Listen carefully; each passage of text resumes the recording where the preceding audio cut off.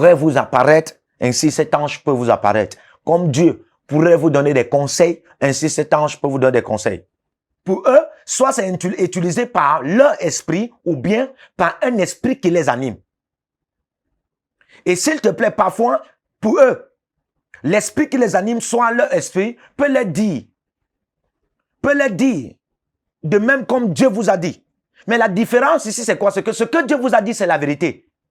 Mais ce que eux, ils ont entendu, soit de leur esprit, soit d'un esprit étrange, c'est vrai.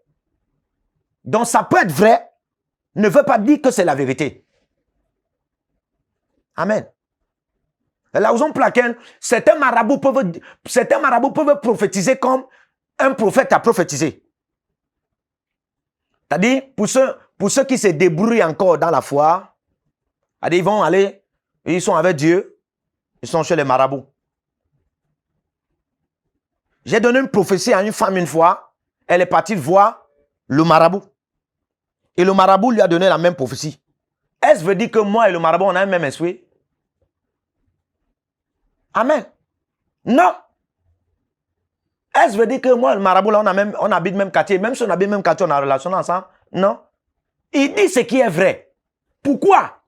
Parce que dans le règne de l'esprit, la dimension, le règne des esprits, tout le monde peut pénétrer pour opérer en esprit. Je peux prendre une pensée en ce qui te concerne dans le règne de l'esprit. Je te la donne. Un marabout aussi, qui a cette dimension, peut entrer dans le règne de l'esprit et prendre de la pensée et te la donne.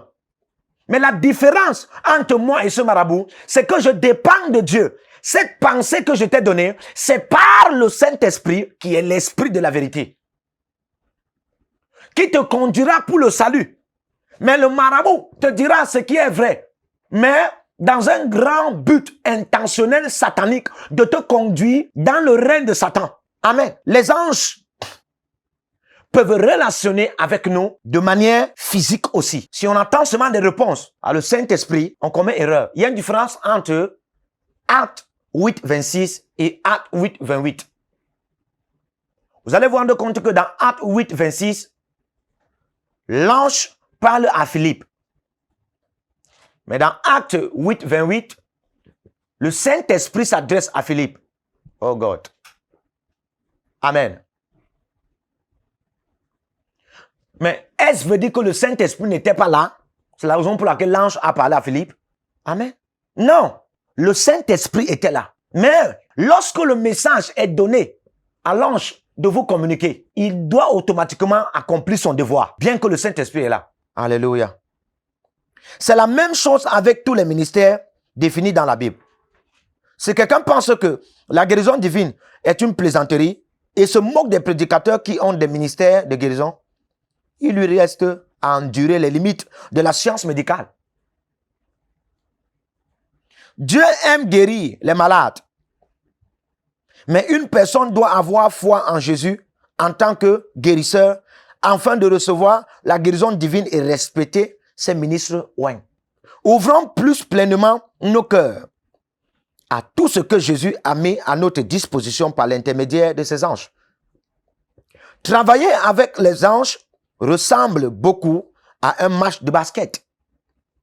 Au basket, tout le monde dans l'équipe doit être impliqué. Les anges ne sont pas des esclaves qui peuvent être dirigés ou exigés de faire certaines choses. Dans les lignes à venir, quelques moyens pratiques seront examinés qui nous permettront de travailler bibliquement en harmonie avec les anges qui nous sont assignés. Quelle grâce! Vous faites partie d'une équipe, que vous le sachiez ou non.